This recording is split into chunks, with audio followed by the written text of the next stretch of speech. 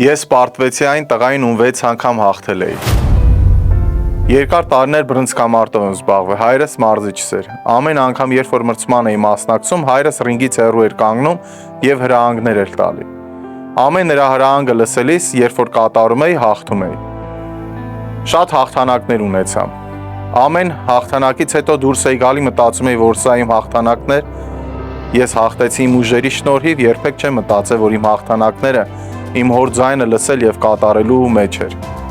Մի օր հայրս մրցման չմասնակցեց եւ ես պարտվեցի այն տղային, ում 6 անգամ հաղթել էի։